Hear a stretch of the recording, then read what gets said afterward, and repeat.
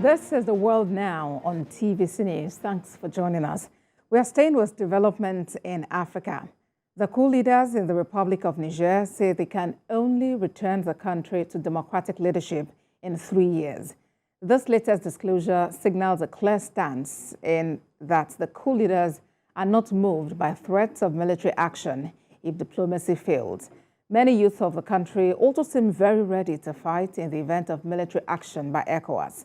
They insist they can no longer wait for economic and developmental progress of their nation. We have a report. Supporters of the military junta of Niger Republic were forced on Saturday to halt a census of people willing to volunteer for non-military roles in defense against a possible intervention by West African powers. The organizers, who tagged the head count the mobilization of young people for the fatherland, said they halted the census because they were allegedly overwhelmed by the number of people who turned up. Thousands of mostly young men besieged a stadium in the capital, Niamey, hours before the counting was scheduled to start. The crowd, made up of especially youths, have been expressing strong support for the junta, which had defied international pressure to step down after deposing the country's elected leader, Mohamed Bazoum. The organizers of the Niamey recruitment drive say they did not intend to sign up volunteers for the army, but rather to gather a list of people willing to lend their civilian skills in case ECOWAS attacks.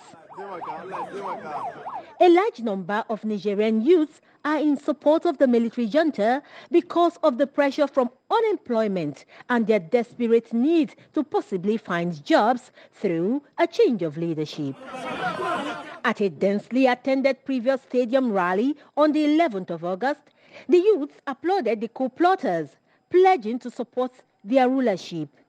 Many are happy to have registered to get jobs. To engage the party involved. ECOWAS on Friday said it had agreed on an undisclosed D-Day for a possible military intervention if diplomatic efforts fail, which could lead to an escalation of tension that could further destabilize a conflict-torn and impoverished region. It is our duty to exhaust all avenues. But in what seems like a twist of event, an ECOWAS delegation flew into Niamey on Saturday to hold talks with the junta, indicating that efforts to resolve the standoff peacefully have not been shut down.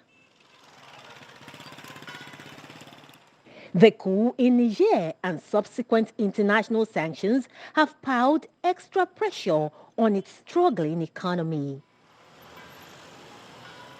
And according to the World Bank, the country is one of the world's least developed nations, with more than 40% of its population living in extreme poverty.